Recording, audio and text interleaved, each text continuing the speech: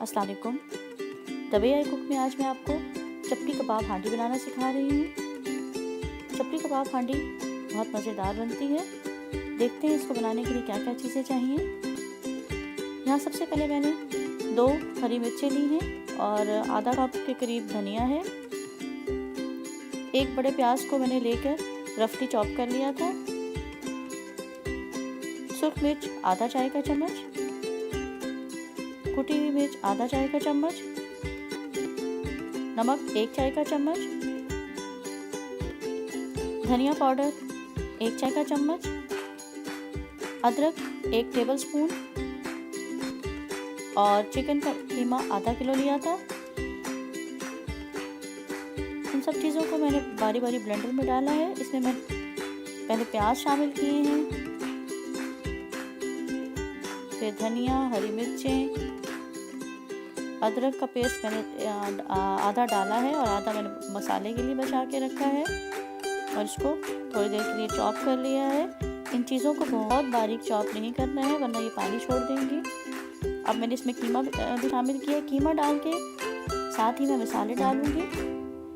अब फिर एक दफ़ा चॉपर चलाऊँगी, लेकिन बहुत ज़्यादा देर चॉप नहीं करना है वरना पानी रिलीज़ होकर कबाब टूटेंगे। 3 मीडियम मैंने टमाटर लिए थे, इनको रफली काट लिया है। मसालों में हल्दी पाउडर, सुर्ख मिर्च और ज़ीरा चाहिए। प्याज मैंने पहले से ही गलने रख दिए थे। ये 1/4 कप ऑयल में मैंने प्याज डाले थे, साथ ही नमक भी शामिल कर दिया था और इनको मैंने फ्राई होना रख दिया था। बहुत ज़्यादा देर फ्राई नहीं करने हैं। साथ मैंने मसाले शामिल कर दिए हैं।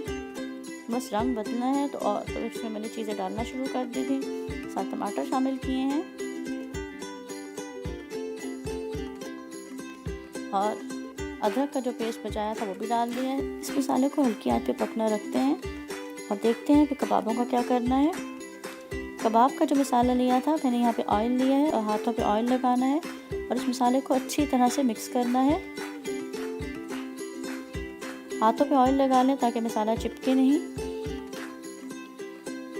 देखिए मैंने इसको बहुत ज़्यादा चॉप नहीं किया है और अगर मैं चॉप करती तो ये पानी रिलीज़ कर देते और फिर इस तरह कबाब टूटते हैं। यहाँ पर ऑयल डालकर मैं इनको कबाब बहुत बड़े बड़े साइज़ के नहीं बनाने हैं, छोटे कबाब बनाने हैं और इस तरह से बस साथ साथ पलटते जाएं और बहुत ज़्यादा इनको पकाना भी नहीं है। कबाब फ्राई होते जा रहे हैं और साथ साथ मैं इनको मसाले में शामिल करती जा रही हूँ।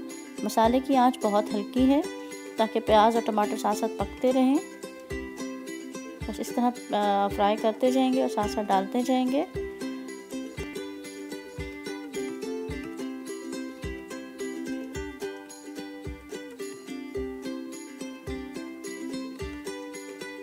अब फिर मैं एक अच्छी तरह इनको मिक्स कर लें एक दफ़ा और फिर मैं इनको 10 मिनट के लिए हल्की आंच पर, दम वाली आंच पर दम दे के रख दूँगी।